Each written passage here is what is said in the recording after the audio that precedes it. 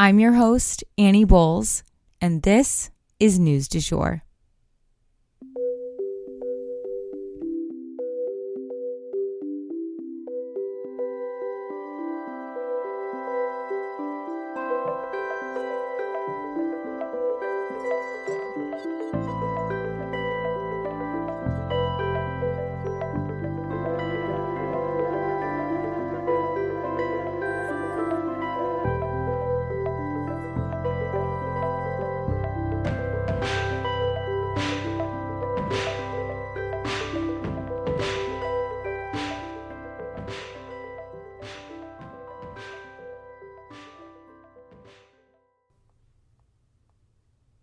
Hey you guys, happy Tuesday and welcome back to the News du Jour. So if you follow us on social media and if you're a patron, you got even more information and a more urgent update. Putin has officially begun moving troops into Ukraine and beginning his invasion. So everything's actually happening now.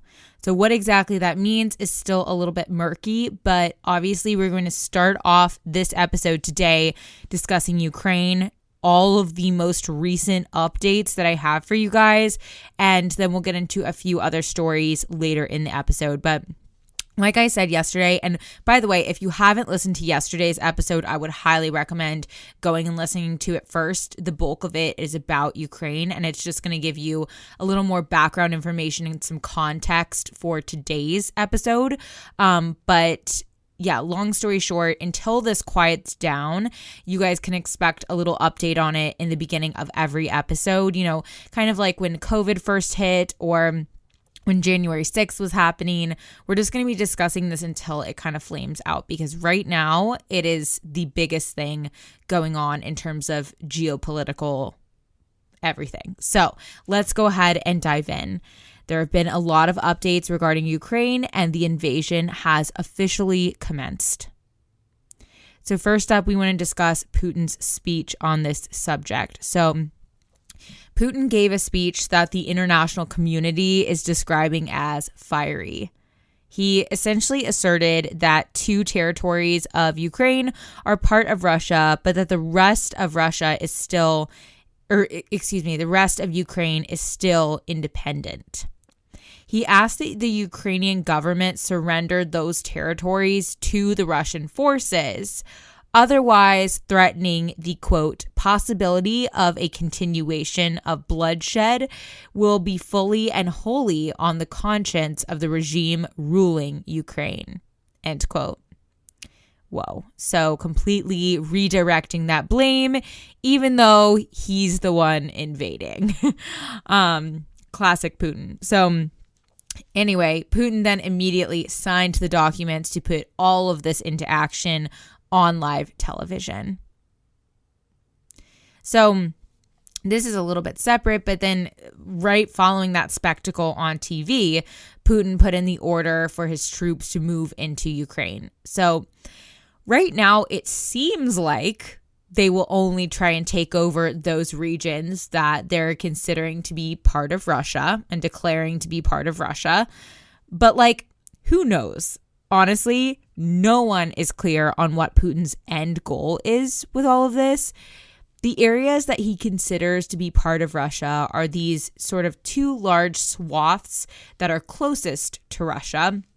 One of them has actually already been taken over by Ukrainian separatists who believe that they are part of Russia. So that area should be that's a walk in the park for Putin to kind of come in and take it, because the separatists have already taken it over.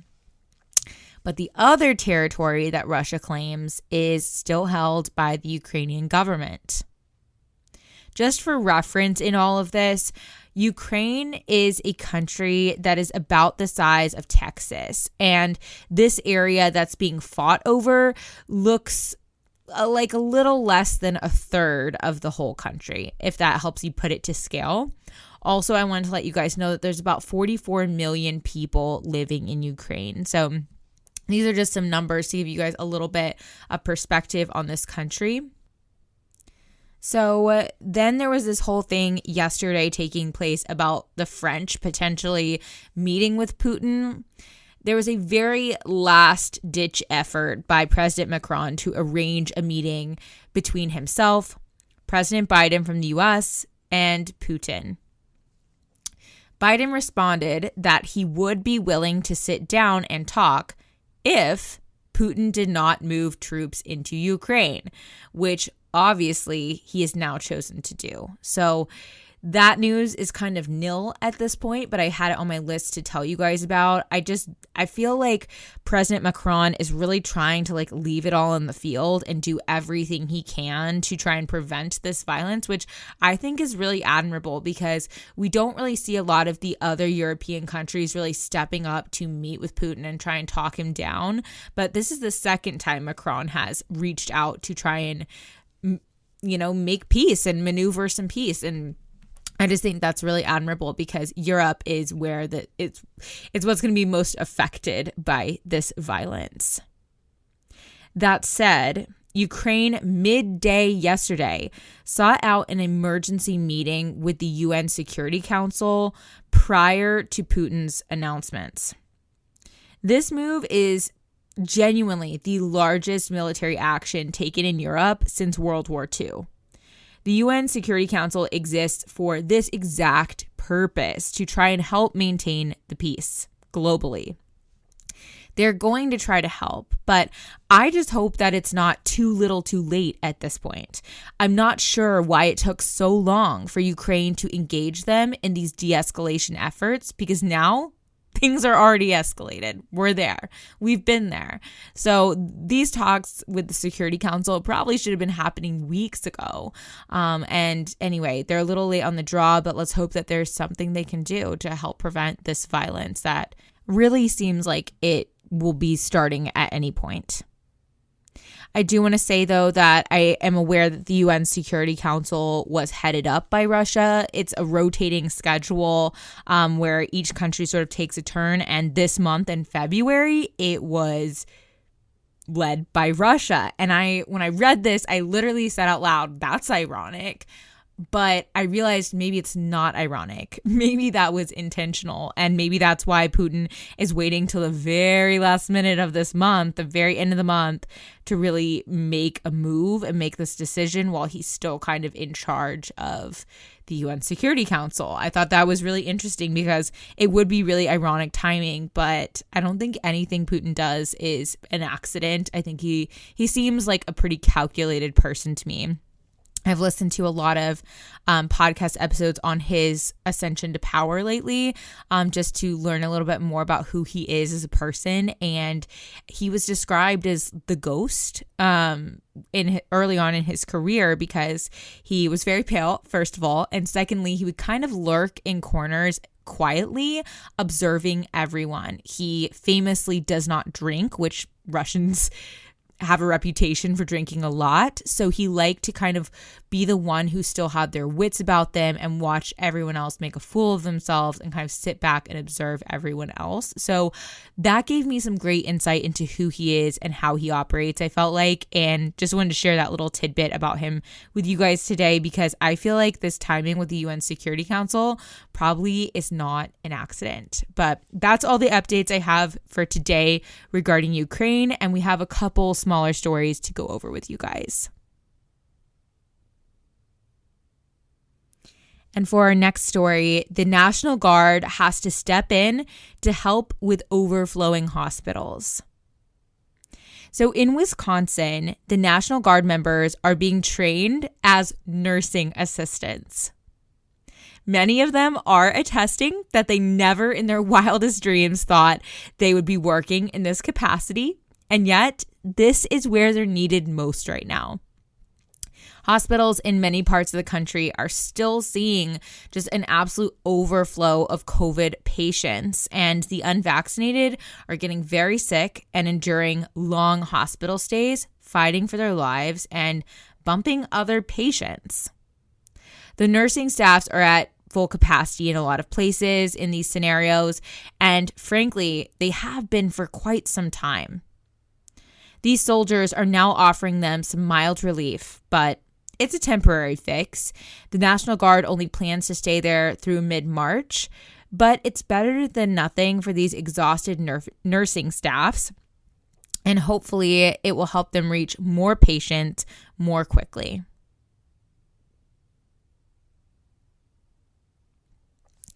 And for our final story today, I just wanted to go over Kim Potter's sentencing because this is just something we need to be aware of. It's a little crazy.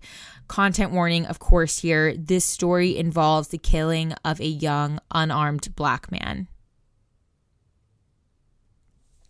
So if you guys remember, Kim Potter is the Minneapolis police officer who fatally shot Daunte Wright when she was reaching for her taser, or so she claims. She claimed that the shooting was a complete accident, and actually on the footage, you can hear her yelling, "Taser, taser, taser," and she takes out her gun and shoots the young man fatally. She was convicted in court of 2 counts of manslaughter back in December, but she's only now facing her sentencing. Even though she was convicted of 2 counts of manslaughter and the minimum for manslaughter is 7 years, she was only sentenced to 2 years in prison because the judge bought her story that she really was reaching for her taser. Kim Potter apologized to the family, and I guess it must have rang true to the judge. And the judge tearfully stated to the courtroom that Kim Potter, quote, made a mistake that ended tragically. She never intended to hurt anyone. Her conduct cries out for a sentence significantly below the guidelines, end quote. Daunte's family obviously had begged the judge in their statements to please impose the maximum sentence against Ms. Potter. They ended up telling the press that they felt like the judge cared more for Ms. Potter than for their son, who was the one who was killed in the street. And that is the news du jour. Today, I wanted to leave you guys with the quote, "The only cure for the loss of illusions is fresh illusions."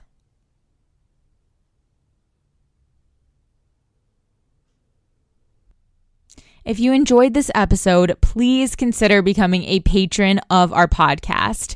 For $7.99 a month, you can unlock tons of perks like breaking news text messages so that you're never out of the loop. Tons of bonus episodes are already up there ready for you to binge, and a discussion board full of networking opportunities and much more.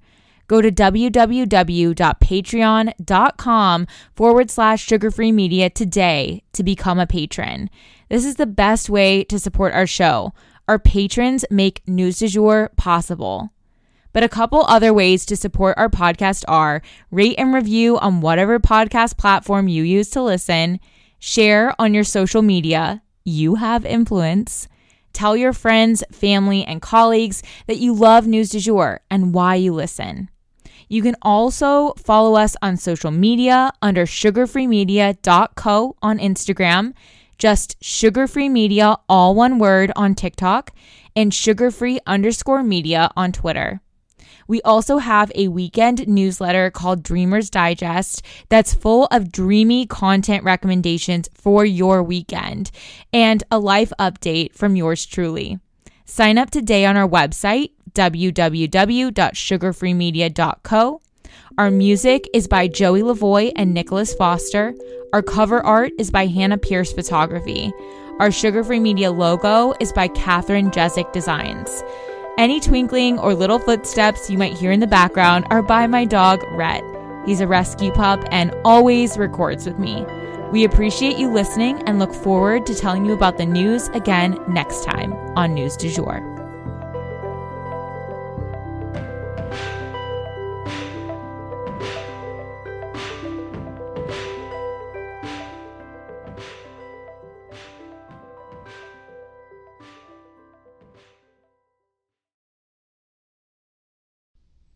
Broadcasting from Oklahoma.